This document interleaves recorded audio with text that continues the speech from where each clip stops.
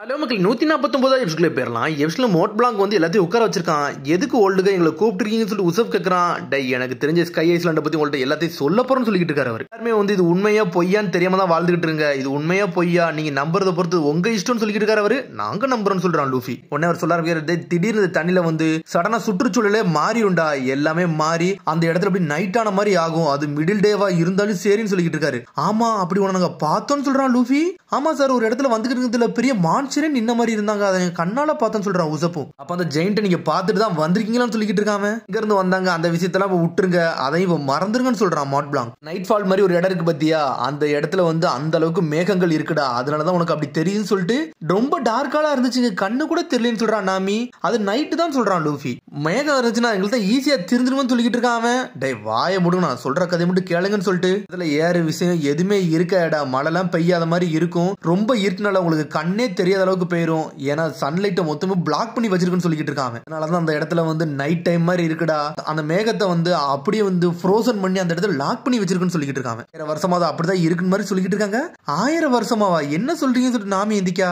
ஏன்டா சொன்னதை தாண்டா உங்கள்ட்ட சொல்றேன், நீங்க நம்புங்க நம்பாம போறது உங்க இஷ்டம், நான் சொல்றதை மட்டும் சொல்லுங்கன்னு சொல்லிட்டு இருக்காங்க. வேற எதுவுமே அவங்க எக்ஸ்பிளைன் பண்ணு சொல்லிட்டு இருக்காங்க. டேய் இது உண்மையிலே சூப்பரா இருக்குன்னு சொல்லிட்டு இருக்கான் சோப்பர். கை ஐஸ்லாண்ட் சொல்லிட்டு இருக்கு, நீங்க நம்புனீங்கன்னா அது அந்த கிளவுடுக்கு மேலதான் இருக்குன்னு சொல்லிட்டு இருக்காங்க. டேய் அப்ப நான் வாங்கின அந்த கிளவுடுக்கு போலாம், மாஸ்க் காட்டலாம்னு சொல்லிட்டு ஆடிக்கிட்டு இருக்கானுங்க. ஒரு பக்கம் இன்ஃபர்மேஷன் போதும் போதும் ஆடிக்கிட்டே இருக்கானுங்க. டேய் வாய மூடுங்கடா, நீங்க என்னடா பேசுறீங்கன்னு சொல்லிட்டு கத்திக்கிட்டு இருக்கா நாமி. 2 பேரையும் அடிச்சு நொறுக்கிட்டாவா. அதுல ஒரு விஷயம் இருக்குடா, அந்த இடத்துக்கு போனீங்கன்னா நீங்க சாகுத அளவுக்கு போவீங்கன்னு சொல்லிட்டு இருக்காங்க. ஆல்ரெடி சாகுத அளவுக்கு போயிட்டு தான் நாங்க வந்திருக்கோம்னு சொல்லிட்டு இருக்கான் லூஃபி. டேய் அந்த இடத்துக்கு போனோடனே ஒரு ஸ்ட்ரீம் தானாவே ஃபார்ம் ஆகும், உங்களை அப்படியே மேல இழுத்துட்டு போகும்னு சொல்லிட்டு இருக்காங்க. ஆனா அது ஒரு தியரியா இருக்கு, வானத்துக்கு கொண்டு போகும்னு சொல்லிட்டு அது புரியுதான்னு சொல்லிட்டு கட்டிக்கிட்டு இருக்காங்க. அப்ப எங்க கப்பல் வானத்துக்கு பறக்குமா, நீங்க அந்த மாதிரி தான் பேசுறீங்களான்னு சொல்லிட்டு நாமி கேட்கறா. அப்பனா எங்களுக்கு ஒன்னும் பிரச்சனை இல்ல, நாங்க அப்படி வானத்துக்கே பறந்து போறோம், கிளவுடுக்குள்ள போய் மாட்டிக்கிடுவோம்னு சொல்லிட்டு இருக்கான் லூஃபி. சடனா அந்த தண்ணி நின்றுச்சுன்னா மேல போயிட்டு நாங்க கீழே வந்து விழுந்துருவோமே, அப்படி நடக்க வாய்ப்பு இருக்கலாம்னு சொல்லிட்டு நாமி கேட்டுக்கிட்டு இருக்கா. நீ சொல்ற மாதிரி இருக்கு, அதுக்குன்னு ஒரு டைமிங் இருக்கு, அந்த டைமிங்ல தான் போற மாதிரி இருக்குன்னு சொல்றான் மாட் பிளாங்க். போறதுக்கு முன்னாடி ஒரு இடைக்கு 100 இடம் யோசிச்சுக்கோங்க, ஆனா போனதுக்கு அப்புறம் ஒன்னும் பண்ண முடியாதுன்னு சொல்லிட்டு இருக்காம. தண்ணி போற இடம் வந்து நல்லா தான் இருக்கும், ஆனா நேச்சுரலா சொல்ல போனா என்ன நடக்கும்னு யாருக்குமே தெரியாது சொல்றாம. கொஞ்சம் மிஸ் ஆயிருந்தா கூட உங்க கப்பல் துண்டு துண்டா போயிருன்னு சொல்லிட்டு இருக்கான். அது எப்படி வானத்துக்கு எல்லாம் கொண்டு போகணும்னு சொல்றீங்க, இந்த மாதிரி ஒண்ணு நான் கேள்விப்பட்டதே இல்லன்னு சொல்லிட்டு இருக்கா நாமி. ஆமான்னு சொல்றாங்க அவங்களும். இது எனக்கு தெரிஞ்சதான், நான் சொல்ல வேண்டியது சொல்லிட்டேன், ஆனா யாரும் போய் இதை போய் கன்ஃபார்ம் பண்ண நினைச்சீங்கன்னா அவங்க தான் ஒரு பெரிய முட்டாளுன்னு சொல்லிட்டு இருக்காம. தியரி அப்படின்னு சொல்றான். உடனே யோசிக்கிறாங்க என்னடா பண்ணலான்னு சொல்லிட்டு. உடனே அவன் ஏதோ கெமிஸ்ட்ரி கிளாஸ் எடுத்த மாதிரி ஒண்ணு சொல்லிக்கிட்டு இருக்கான். டே கீழே இருக்க தண்ணி வந்து சாதாரண தண்ணி மாதிரி இருக்காது, அதுல இருந்து ஒரு சூடு கிளம்பும், அது வெல்கனோ மாதிரி இருக்கும், அந்த சூடு தாங்காம அதுல இருந்து ஒரு ஏர் ப்ரொடியூஸ் ஆகும்டா, அது அப்படி வானத்துக்கு உங்களை தூக்கி அடிக்குன்னு சொல்றாங்க. அந்த சூடு தாங்காம அந்த தண்ணி வானத்துக்கு பறக்கும், ஆனா அது 1 நிமிஷம் தாண்டா நடக்கும்னு சொல்லிக்கிட்டு இருக்கான். கண்டினியூஸா ரைசிங் ஆகாதுன்னு சொல்றான். இந்த மாதிரி எக்ஸ்ப்ளோஷன் 1 நிமிஷத்துக்கு அடிக்குமா, அப்ப அந்த எக்ஸ்ப்ளோஷன் நாங்க பட்டோம்னா என்னடா ஆகும்னு சொல்லிட்டு கட்டிக்கிட்டு இருக்காங்க. ஒரு மாசத்துக்கு 5 தடவை இந்த மாதிரி நடக்கும், அந்த ஏரியால நடக்கும்னு சொல்லிக்கிட்டு இருக்காரு அவரு. கப்பல் துண்டு துண்டா பேருமன்னு சொல்லிக்கிட்டு இருக்கான். இந்த கிரியேஷன்ல உண்மையில என்ன இருக்குன்னு தெரியாது, அது இன்னும் மர்மமா தான் இருக்குன்னு சொல்லிக்கிட்டு இருக்கான். எனக்கு தெரிஞ்ச விஷயத்தை தான் உங்கள்ட்ட சொல்றேன்னு சொல்றாரு அவரு. ஒரு மாசத்துக்கு 5 தடவை மட்டும் தான் வரும், அந்த 5 தடவைக்குள்ள நம்ம போனா தான் உண்டுன்னு சொல்றீங்களான்னு சொல்லிட்டு கேட்டுக்கிட்டு இருக்காம. ஆனா நீங்க மிஸ் பண்ணிட்டீங்கன்னா மேல போவீங்கடா, மேல போயிட்டு அப்படி கீழே வந்துருவீங்க, அந்த 1 நிமிஷத்துக்குள்ள நீங்க ரீச் ஆயிரணும், அதுல கொஞ்சம் மிஸ் ஆனா கூட நீங்க செதறிடுவீங்க, துண்டு துண்டா போயிருவீங்கன்னு சொல்றாங்க. சரிடா அப்ப ஸ்கை ஐஸ்லாண்ட மறந்துருங்கன்னு சொல்றான். ஆனா லூஃபி சிரிக்கான். இவன் சிரிச்சா நம்ம கதை முடிஞ்சிருச்சுன்னு நினைச்சிட்டு இருக்கான் உசப். சரி வாங்கடா நம்ம கிளம்புவோம்னு சொல்லிக்கிட்டு இருக்காம. ஆல்ரெடி கோயிங் மாரி செதறி போய் கிடக்கடா, இந்த சமயத்துல நம்ம போகணுமான்னு சொல்லிட்டு கேட்டுக்கிட்டு இருக்காம. ஆமாடா உங்களோட சிப் இந்த கண்டிஷன்ல அதெல்லாம் போகவே முடியாதுன்னு சொல்லிட்டு இருக்கான். என்ன சொல்றீங்கன்னு சொல்லிட்டு உசப் பாறான். ஸ்பீடு வெயிட் ஸ்ட்ரென்த் எல்லாத்துலயும் கப்பல் தாங்குதபடி இருக்கணும், எக்ஸ்ப்ளோஷன் ஆகாத அளவுக்கு உங்க கப்பல் ஆல்ரெடி பாதுகாத்து இருக்கணும்னு சொல்றாரு அவரு. கஷ்டம் தான் சொல்றான் உசப், ஆனா கவலைப்படாதீங்க, உங்களுக்கு நான் மாசிரோ சோஜோ வந்து ஹெல்ப் பண்றோம், உங்களோட ஷிப்பை நாங்க வந்து ரெடி பண்ணி தரோம்னு சொல்றாங்க அவங்க. டே இதுல உனக்கு ஏதாச்சும் ஒன்று புரிஞ்சான்னு சொல்லிட்டு நாமி கேட்டுக்கிட்டு இருக்கா. டே இன்னும் 1 நாள் தாண்டா இருக்கு இந்த ஐஸ்லாண்ட் விட்டு போறதுக்கு, உனக்கு இன்னமா புரியல, ஒரு மாசத்துக்கு 5 தடவை தான் வரும், இது அடுத்த 1 நாள்ல வந்து வேற லொகேஷன் காமிச்சிரும், அப்பனா இந்த லாக் போஸ்ட் வந்து மேல காட்டாதுன்னு சொல்லிட்டு இருக்கா நாமி. உசப் சொல்றான் ஆமா இவ சொன்னது கரெக்ட் தானே, 1 நாள்ல எங்க லாக் வந்து ரீஸ்டோர் ஆகிரும், அப்படின்னா 1 நாளுக்குள்ளே அந்த 5 நாள்ல 1 நாள் வரப்போகுது, ஆனா அடுத்த நாக்அப் ஸ்ட்ரீம் வருது எப்போன்னு சொல்லிட்டு கேட்டுக்கிட்டு இருக்கான். எத்தனை நாள் எத்தனை மாசம் இருக்குன்னு சொல்லிட்டு கேட்டுக்கிட்டு இருக்கான். டே நாளைக்கு நைட் வரும்னு சொல்றான், நாளைக்கு ராத்திரியான்னு சொல்லிட்டு உசப் செதறிட்டான். என்ன போய் சொல்றேன், நான் உன்னை நம்ப மாட்டேன்னு சொல்றான் உசப். இன்னைக்கு தான் பார்த்தோம், அது எப்படி நாளைக்கு வரும்னு சொல்லிட்டு. இது ஒரு லெஜெண்டரி ஐஸ்லாண்டு, உன்னெல்லாம் நம்புற மாதிரி தெரியல, நீ எங்களை ஏமாத்துறன்னு சொல்லிக்கிட்டு இருக்கான். ஏமாத்துற மாதிரி ஏமாத்திட்டு எங்க ஷிப்பை திருடிட்டு போலாம் தானே நினைக்கிறேன், இதான உன்னோட பிளான்னு சொல்லிட்டு கேட்டுக்கிட்டு இருக்கான். நோலண்டர் தான் லயர் தானே, அவன் போய் சொன்ன பார்த்தா நீனும் போய் சொல்லிருப்பான்னு சொல்லிக்கிட்டு இருக்கான். பேசிட்டே இருக்காங்க. சடனா பார்த்தா சாஞ்சி வாரான். டேய் வாங்கடா சாப்பிட சொல்லிட்டு இருக்காங்க. ஏரியா வந்து மாசிரோட டர்ஃப்டா, அவன் ஆல்ரெடி சொல்லிட்டான் நாளைக்கு ராத்திரி தான் வரும் மாதிரி சொல்லியிருக்கான், அதனால தயாரா இருந்தா இருந்துக்கோங்கன்னு சொல்றான். அவன் 1 மாசத்துக்கு 5 நாள் வரும்னு சொன்னோம்ல, அதனால அதனால நாளைக்கு நைட் வந்து அது வந்து ஆக்டிவேட் ஆகும்னு சொல்லிட்டு போய்கிட்டே இருக்கான். போறதுதான் 100% சான்ஸ் இருக்குன்னு சொல்லிட்டு அவனுக்கு தாண்டி போய்கிட்டே இருக்கான். உன்னை மாதிரி முட்டாள மீட் பண்ணதுக்கு நான் சந்தோஷப்படுறதுன்னு சொல்லிக்கிட்டு இருக்கான் அவன். வாடா உள்ள உட்காந்து நம்ம நிம்மதியா உட்காந்து சாப்பிடுவோம் காம்ரேட்ஸ்னு சொல்லிட்டு போய்கிட்டே இருக்கான். இதை கட்டு லூஃபி சந்தோஷமா சிரிச்சுக்கிட்டு இருக்கான். வாடா உசப் நம்ம என்ஜாய் பண்ணி போலான்னு சொல்லிட்டு உசப் அப்படியே உட்கார்தான். ஸ்கை ஐலண்டுக்கு நீ வாரியா வரலையாடா, எல்லாம் லக்கு தானு சொல்றான் நாமி. பார்த்தா கோல மாதிரி தெரியுதா நாமின்னு சொல்லிட்டு உசப் கட்டுக்கிட்டு இருக்கான். டே உன்னை பார்த்தா நான் கோலன்னு சொல்ல போறேன், உன்னோட மனசு எப்படின்னு எனக்கு தெரியும் சொல்றான் நாமி. போய் மன்னிப்புகள்னு சொல்றான். சரின்னு சொல்லிட்டு வேகமா போய் அவரை போய் கட்டி பிடிக்க நீ மன்னிச்சிருக்கன்னு சொல்லிட்டு தலையில தூக்கி போட்டு அடிக்காரு சும்மாடான்னு சொல்லிட்டு. என்னன்னு பார்த்தா அதுக்குள்ள போறதுக்குள்ள நைட்டு உட்காந்து என்ஜாய் பண்ணிக்கிட்டு இருக்காங்க. ட்ரிங்க்ஸ் அடிக்காங்க, சாப்பிடுதாங்க, எல்லாரும் கொண்டாடிக்கிட்டு இருக்காங்க உள்ள இருந்து. இதுல ஒரு பக்கம் ரோபின் எல்லாத்தையும் குடிச்சிட்டு ஒரு புக்கா பாத்துக்கிட்டு இருக்காவா. சடனா அந்த லாக் புக்ல உள்ள எல்லா விஷயம் ரோபின் படிச்சு முடிக்கா. நான் தங்கத்தை பார்த்தேன்னு சொல்லிட்டு மோட் பிளாங்க் வந்து முன்னாடி வந்து நின்னுகிட்டு இருக்கான். கல்லோட ரைட் ஐல பார்த்தேன்னு சொல்லிக்கிட்டு இருக்காரு அவரு. வார்த்தை வந்து என்ன ரொம்ப மென்மையா இருந்தனால நோலண்ட் எழுதில அழுதுட்டாரு, அதனாலதான் அதை அழிஞ்சிட்டுன்னு சொல்லிக்கிட்டு இருக்கான். அந்த நாள் தான் வந்து கொல்லவும் பட்டாருன்னு சொல்லிக்கிட்டு இருக்கான். அந்த கல்லோட ரைட் ஐல இருக்குன்னு மாதிரி தான் அவர் சொன்னாரு.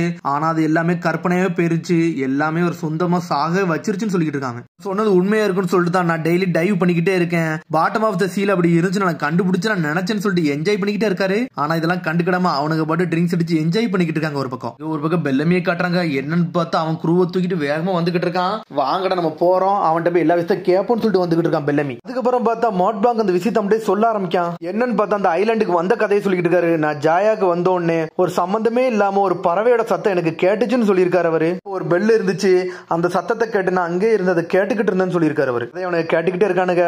என்னன்னு பார்த்தா ஒரு தங்க பெல்லா இருந்திருக்காது. பெல்லோட சத்தம் வந்து எங்களோட இதையே ஸ்டாப் பண்ணுச்சு, ஏன்னா அது அவ்வளவு சத்தமா இருந்துச்சு, அந்த ஃபாரஸ்டே தாண்டி நின்னுச்சுன்னு சொல்லிட்டு கதையெல்லாம் சொல்லிக்கிட்டு இருக்கான். இதெல்லாம் கேட்டுட்டு லூஃபி என்ஜாய் பண்ணிக்கிட்டு இருக்கான். ஒரு பக்கம் இவ்வளவு பெரிய தங்க பெல்லா அப்படின்னு சொல்லிக்கிட்டு இருக்காங்க. ஒரு பக்கம் ஓல்ட்மேன் உங்களை பார்க்கலே வந்து நோலண்ட் மாதிரியே தான் இருக்குன்னு சொல்லிக்கிட்டு இருக்கான் லூஃபி. ஒரு பக்கம் உசப் ஒரு பக்கம் அவனை கவுத்தி வச்சிருக்காரு. என்னதுடா இதுன்னு சொல்லிட்டு கோல்டன் பெல் மாதிரியே இருக்குன்னு சொல்லிட்டு, ஆனா அது சின்னதா இருக்குன்னு சொல்றான் உசப். புக்ல மென்ஷன் பண்ணாரு தங்க பெல் இருக்குன்னு சொல்லிட்டு.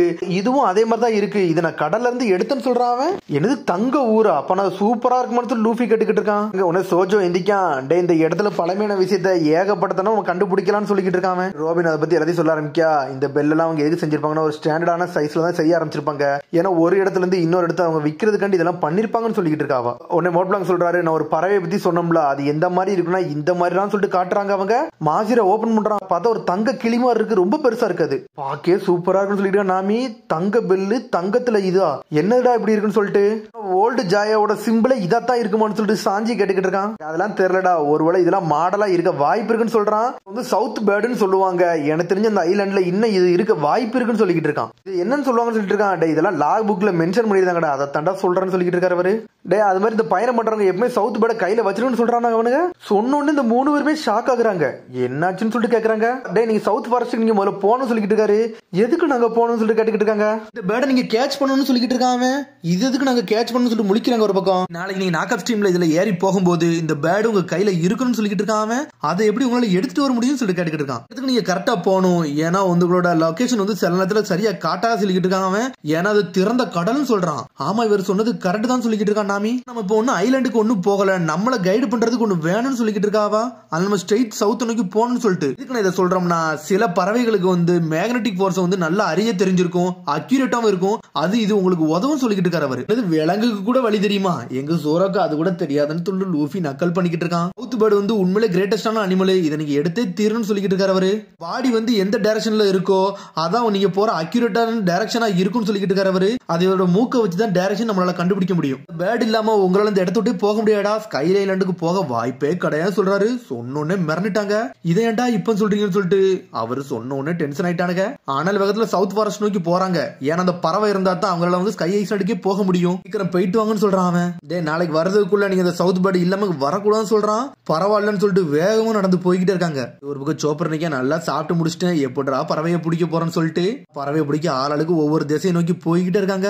அந்த பறவை எங்கடா இருக்குன்னு சொல்லிட்டு லூஃபி கேட்கான். அது தெரிஞ்சா ஏன்டா நம்ம போறோம்னு சொல்லிட்டு முழிக்கிறாங்க. ஸ்டாச்சு எப்படி இருக்கும் அந்த மாதிரி தான் அந்த பறவை இருக்குன்னு சொல்லிட்டு பேசிக்கிட்டு இருக்காங்க. ஏதாச்சும் ஒரு சம்பந்தம் இல்லாம சத்தம் வந்து அதை தான் நம்ம கண்டுபிடிச்சு போகணும்னு சொல்றாங்க. சடனா சம்பந்தம் இல்லாத ஒரு சத்தம் வருது. இந்த சத்தமா தான் இருக்குமான்னு சொல்லிட்டு பாக்குறாங்க. நம்ம 3 நெஸ்ட் இருக்கு, ஆளுக்கு தனித்தனியா பிரிஞ்சு போகணும்னு சொல்றாங்க. பார்த்தா லூஃபியும் சோப்பரும் தனியா போய்கிட்டு இருக்கானுங்க. இன்னொரு பக்கம் ரோபினும் ஜோரோவும் போறாங்க. இங்க ஒரு பக்கம் சாஞ்சி உசப் நாமி போய்கிட்டு இருக்காங்க. நீ ப்ரொடெக்ட் பண்ணிக்கணும்னு சொல்லிட்டு இருக்கான். உசப் ஒரு பக்கம் ஸ்ட்ரெயிட்டா அப்படி அந்த பறவையோட சத்தம் கேட்கறதுக்காண்டி அமைதி நின்று பாத்துக்கிட்டு இருக்காங்க. சடனா உசப் கத்திக்கிட்டு இருக்கான். டே கத்தாம இருடா உசப், நான் கண்டுபிடிக்கணும்னு சொல்லிட்டு. இன்னொரு பக்கம் நாமி மேல ஸ்பைடர் வேற ஏறிச்சு பயந்து ஓடுறாவா. உசப் அதை தூக்கி போடுறா, அது பாய்சனா இருக்குன்னு சொல்றாங்க. நடந்துகிட்டு இருக்க நேரத்துல நேரத்துல எல்லா ஸ்பைடரும் மேல வந்து விழுது. இங்க சோரோ அவன் நடந்து போய்கிட்டு இருக்கான். டேய் நீ தெரியாத இடத்துல நடந்து போறடா, அங்கெல்லாம் போக கூடாதுன்னு சொல்றா ரோபின். ஒரு பரவசத்தை கேட்கணும்னு சொல்லிட்டு இருக்காவா, இங்கதான் இருக்குன்னு சொல்லிட்டு ரோபின் சொல்றா. இருன்னு சொல்றான் சோரோ. சடனா பார்த்தா குளிக்கல போய் விழுந்துட்டான். இங்க நம்ம லூஃபியை கட்டுறாங்க, அவன் உள்ள போய் எடுத்து எடுத்துக்கிட்டு இருக்கான். பார்த்தா பூச்சி எடுத்துக்கிட்டு இருக்கான். இதாண்டா ஆட்லஸ், இது வந்து ஒரு ஹெர்குலிஸ் கூட இருக்கும் அப்படின்னு ஒண்ணு சொல்லிக்கிட்டு இருக்கான். அங்க அவன் பறவை பிடிக்க போனா சொன்னா இவன் பூச்சியை பிடிச்சு நடந்துகிட்டு இருக்கான். லூஃபி இங்க பாட்டா இன்னொரு பூச்சி இருக்குன்னு சொல்லிட்டு ஆமாடான்னு சொல்லிட்டு பூச்சியை பிடிக்க போய்கிட்டு இருக்கானுங்க. டே பறவை எத்தனை பிடிக்கணும் எதை பிடிக்கனே தெரியாம போய்கிட்டு இருக்கானுங்க. என்னன்னு பார்த்தா அந்த பறவை மேலதான் நிக்கி. சடன பறவை தட்டி விட்டுருச்சு. பார்த்தா தேனி வண்டலாம் இவங்களுக்கு துரத்திட்டு வருது. அனல் வேகத்துல போய்கிட்டு இருக்கானுங்க. கடிச்சு கொதறிட்டு இவனுங்களை இங்க இருந்து ஓடி போறானுங்க. இன்னொன்னத்தையே தட்டி விட்டுருச்சு. பார்த்தா குழவிலாம் துரத்தி கடிக்கி. டே லூஃபி இதுதான்டா தட்டி விட்டுதுன்னு சொல்லிட்டு இருக்கான் சோப்பர். என்னன்னு பார்த்தா அது என்னடா சத்தம் சொல்லிட்டு சோப்பர் அது நம்மள்ட்ட என்னடா பேசுதுன்னு சொல்லிட்டு கேட்டுக்கிட்டு இருக்கான் லூஃபி. டே அது நம்மள கொல்லாம விடாதுன்னு சொல்றான்னு சொல்லிக்கிட்டு இருக்கான் சோப்பர். என்னன்னு பார்த்தா அந்த பறவை தான் அவனுக்கு பிடிக்க வந்திருக்கானுங்க. அதே தெரியாம ஓடிக்கிட்டு இருக்கானுங்க. திரும்பி இந்த இடத்தான் கட்டுறாங்க. பெல்லமி இறங்கி நின்னுக்கிட்டு இருக்கான். என்னன்னு பார்த்தா மோட் பிளாங்க் முன்னாடி வந்து நின்னுக்கிட்டு இருக்கான். என்னடா தங்கத்தை எடுக்கிறடா வந்திருக்கீங்க, அது நைட் நேரத்துல தப்பா வந்துட்டீங்கன்னு சொல்லிக்கிட்டு இருக்கான் மாசிராவும் சோஜோவும். இந்த ஓல்டுமன் மாட் பிளாங்க் கிரிக்கெட்டுக்கு நீங்க தான் பாடி கடான்னு சொல்லிட்டு நக்கல் பண்ணிக்கிட்டு இருக்கான். அவன் கதையெல்லாம் கேட்ட நான் கவலைப்பட்டேன்டான்னு சொல்றான் அவன். ஆனா இப்ப நான் வந்த விஷயமே வேறன்னு சொல்றான். எனக்கு அந்த பொக்கிஷத்தை கொடுங்கடான்னு சொல்றான் அவன். அந்த உலகமே கைனான்னு கூப்பிடாது உனக்கு தெரியுமான்னு சொல்லிட்டு நக்கலா சிரிக்கான். அதோட முடியுது. அதுக்கடுத்து எபிசோட் சந்திப்போம். மறந்துடாம சப்ஸ்கிரைப் பண்ணுங்க, ஷேர் பண்ணுங்க, கமெண்ட் பண்ணுங்க, பெல் பட்டன் கம்பறாங்க. See you, bye.